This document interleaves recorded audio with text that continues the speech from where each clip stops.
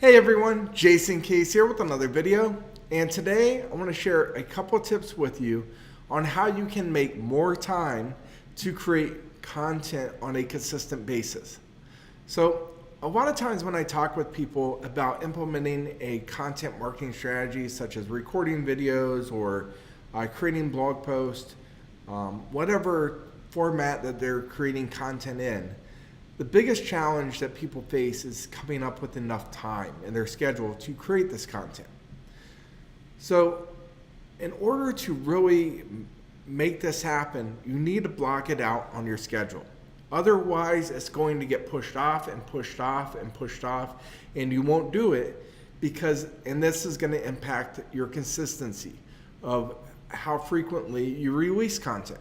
So what I would suggest doing is picking one day out of your week that you just block out on your calendar that is solely focused to creating content. And if you can't do that and you're just too busy to where you can't delegate enough stuff to other people to where you can block this time out to create content, then what I would suggest doing is coming into work early in the morning and blocking off this time in the morning before you get started with any of your other daily tasks.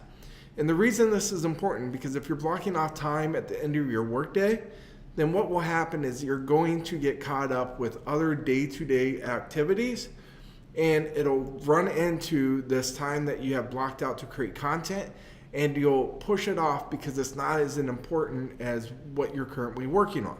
And you'll push it off to the next day. And the same thing will happen the next day, and then you'll push it off to the next day, and then your consistency falls off.